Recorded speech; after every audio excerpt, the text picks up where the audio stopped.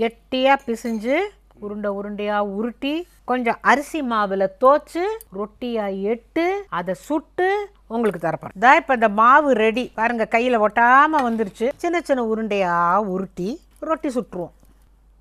இப்போ அந்த மாவு ரெடி. ஒரு உருண்டையை எடுத்து இப்போ இதில் எவ்வளோ மாவு சேர்ந்துருக்கு பார்த்தீங்களா? சோள மாவு, கோதுமை மாவு, கடலை மாவு, இதான் இப்போ அரிசி மாவு. கல் நல்லா சுட்டுடுச்சு.